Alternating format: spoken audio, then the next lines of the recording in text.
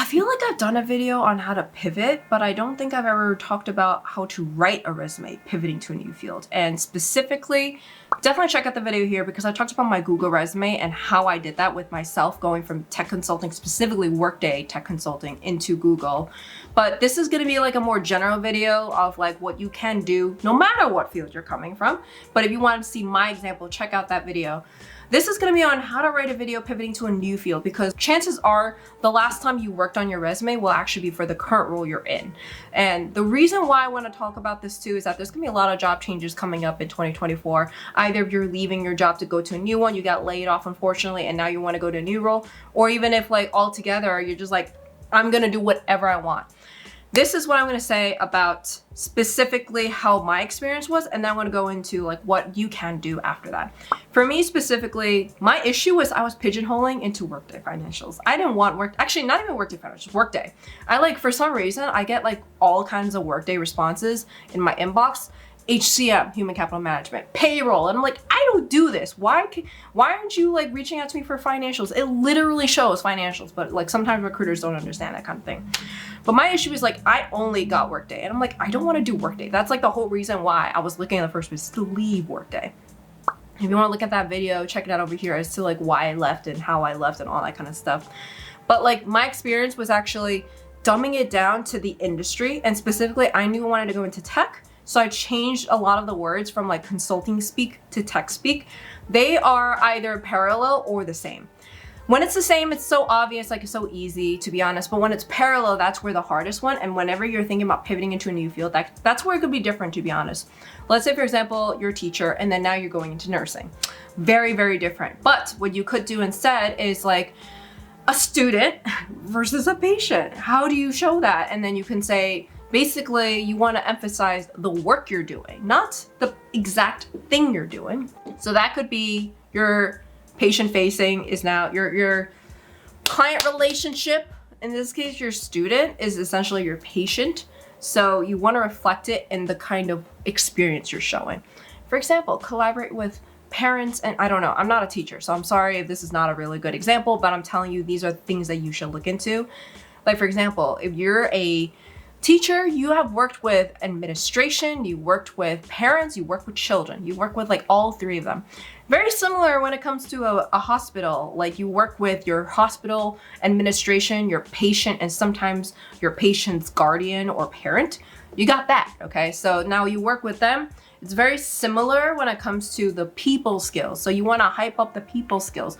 You don't have to say like, I got patient facing skills, because when they look at your resume and you see you're a teacher, unless you're a school nurse, there's really like no parallel. Yeah, we want to be honest, but at the same time, you want to be able to say like, I worked with people, period. Keywords. This is where you actually have the keywords. So for example, when I mentioned the client facing skills, that like in this particular scenario would be difficult, but like nowadays there's AI right now that actually says like, okay, that's people skills, you know, like they're like, well, you're not using the exact words, but they know it's people skills. However, there's other ways, like for example, making presentations or making program management changes. So when it comes to like program management, a lot of things can happen. You can be like working with stakeholders, you can be working out workflows and projects, all that kind of stuff.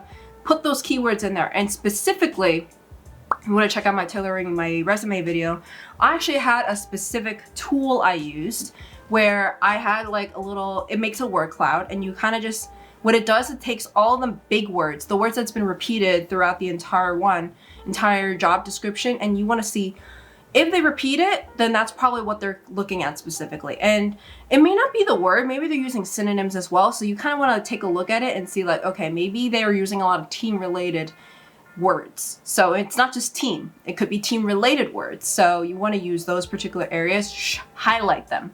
It's not just keywords, it's also highlighting those team skills that you're noticing.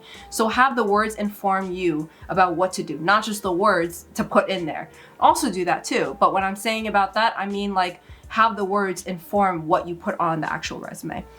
And then that's also leads to the next one, which is key experiences. When I just said that, like you may want to see, maybe they do want to care about creating value. So talk about how you like created value in your previous job. Maybe you're a florist. How did you create value? You can say that like I created value by working with a like a bride, and I tried to help with their floral arch on their wedding. So you can actually say I worked on 50 weddings with X number of dollars, and that's already showing you're creating value, because those floral pieces probably cost a lot of money and you have done that yourself, which means that you didn't just sit there do the work, you actually generated revenue as well. You also have the order. So this is the part that can get a little bit controversial depending on who you talk to. You don't always have to do chronological order. You can do most relevant to the least relevant. In my kind of case, I actually did the most relevant to the least relevant as opposed to chronological order. I didn't even put everything on there to begin with. I have like so many internships from high school and college. Yeah, high school too. But I only put in, if like, for example, if you check the video here on my Google resume, I only put 3 roles on there. And one of them was my YouTube. And the other one is technology consulting community. So the really only real corporate role I had was actually Accenture. I didn't put anything from my like part-time jobs or my internships that are actual corporate roles, but I did know relevant experiences, and that's why I brought that in there. So specifically on that, I would definitely say your order can matter in that kind of way with relevant to least relevant. But depending on the industry, and don't call me on that because I'm not an expert on those industries, some of them want chronological order. Like I would assume that government's one of those, healthcare is one of those. So like anywhere where they would ask for a CV, they want everything and they want in chronological order. It's not like a resume where it's like, here's just the big ones that you need and that's all you need. If they ever need more information, they could look at your LinkedIn. And then you got format. This is like a big shift at what I did when I actually did my resume initially. I had like a typical traditional kind of resume. And then I moved over to a more creative, well-formatted way because I knew tech was looking for that kind of resume. The one that I had previously kind of looked like I worked at a bank or a law firm, and I didn't want that. If you're going to a company like Google or a tech startup, you want to make sure you look really formatted nice and that you're like a little bit more innovative, you're out of the box, because a lot of people in tech, they want those out of the box people, they want those creative people. So you're kind of like showing your brand in some way. That's the first thing they usually see when they see the paper. And also sometimes, like, you know, it does matter as well when it comes to like font or colors. Photos, depending on the country, it's illegal. In the US it's legal. Don't do that. But there's just like a lot of different ways you can add some pizzazz. I'm pretty sure if you're in like graphic design, you really want a really nice one, okay? Especially if you're working for like a newspaper, then that's like literally all you're showing is how you work with text, typography. So you want to make sure that also at the same time your format makes the things you want the most important really clearly. You don't want it to be super muddy with all the text. You want really good white space. You don't want to use too much white space. Like you want it to be really aesthetically pleasing, easy to understand, make it easy to look at left to right. Don't cut off the wrong things, that kind of stuff. Then there's also company culture, which is kind of similar to what I just said, but this is where I would go a little bit different. If let's say you're going to tech startup that's really innovative, you may want to just kind of like add some pizzazz to it. And then at the same time, you may even want to change the ways that you say things. Like maybe you had interest and you removed it for a bank, but you would add it to the tech startups. But at the same time, maybe like the words you're using are going to be a little bit different too. Maybe they're focusing on change when it comes to numbers. Then you may want to show numbers, and then maybe they want to show change based off of like people that you've affected. So you want to be able to work on that. So a good example could be in finance, you want like X number of revenue, but in healthcare, you want to work with X number of patients. There's a slight difference. I know in some kind of ways that's like not even a company culture, that's like an industry difference. That's really a bad example, but I really mean that like let's say for example, nonprofit, I've worked with X number of kids, something like that. And then get feedback from those of the field. This is like the biggest one because no matter all the things I just said above, things change all the time. So you want to actually see what the people are currently feeling and thinking out in the industry and then do exactly that. When I say do exactly that, I really mean like reach out to them, say like, hey, I'm looking to pivot into the field that you're currently in. Can you take a look at my resume and see what you think about it? Sometimes they'll give you feedback, sometimes they'll even refer you. So this is like a win-win. You should be doing this anyways if you're looking for a new role.